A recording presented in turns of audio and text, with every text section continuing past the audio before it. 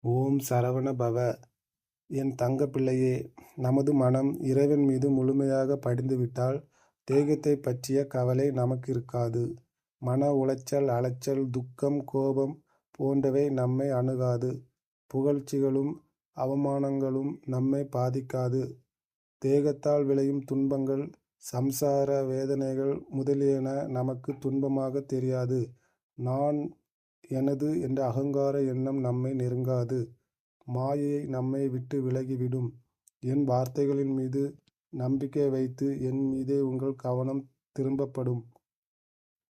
என் மீது உங்கள் மனதை லாயமாக்குங்கள். எந்த ஒரு பெருமுயற்சியும் இல்லாமலேயே உங்களை பிறவி பெருங்கடலை தாண்ட வைப்பேன்.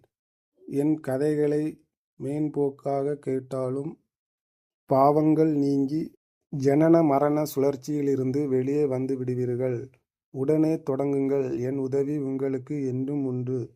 யாமிருக்க பயமேன். ஓம் சரவண பவ.